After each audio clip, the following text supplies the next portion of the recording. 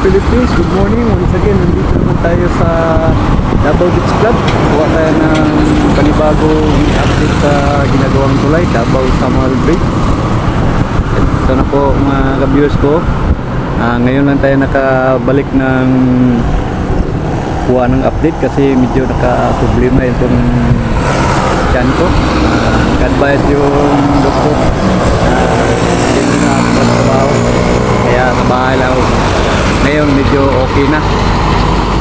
Okay mga ka-viewers ko, nandito tayo, pasok tayo sa loob, kuha tayo ng update dito. Ito na yung isang building dito, at least pa rin, pero sira na, wala pa palang schedule dito. Okay mga ka-viewers ko, punta tayo sa loob.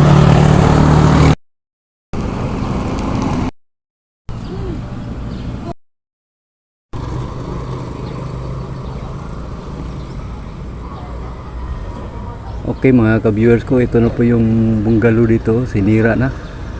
Yan na po. Yan kasi tamaan nyo ng tulay eh. Yan. Yan na po mga ka-viewers ko. Dito naman sila magtrabaho. Yan, may schedule na ito dito eh. Kaya yung bungalow sinira na.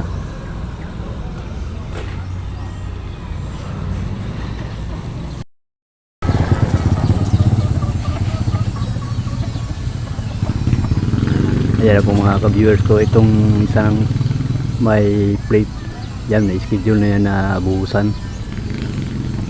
Ayan. Halos may mga buhos na itong mga posting ngayon, no? May mga plate na kasi, yung isa wala pa. Yan po mga ka-viewers ko.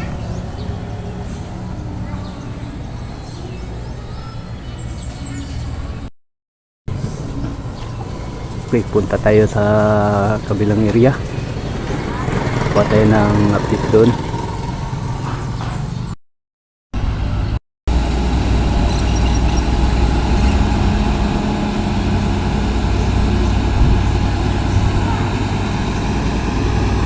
Okay, dito na po tayo sa may greenway. Ito nakatambak pa rin yung materialis nila. So dito ang ang main nila na trabaho. Yan na po mga ka-viewers ko. Dito lang tayo sa malayo. Di bawal doon sa malapit eh.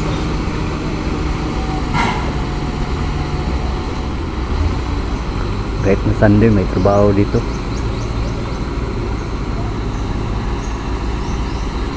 Okay, kung bago ka pa lamang sa aking channel, paki-subscribe na lang po, saka salin na rin yung notification bell, paki-share na lang po para updated kayo sa mga bago kong videos na gagawin.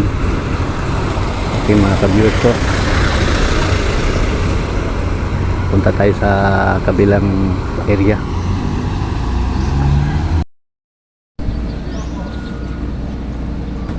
Yan na po mga ka-viewers ko, mataas na itong dalawang postiyo. Itong isa buhusan pa oh. Saka doon sa kabila mga ka-viewers ko, yan na po yung accomplishment ng mga Chinese contractors. Yan po ang sipag naman nila oh. Saka yung mga Filipino workers, sipag din, hindi rin pabitin. Okay, nandito naman po tayo. Sana nagustuhan niyo ang video kong ito. Maraming salamat. Thank you very much and God bless you all.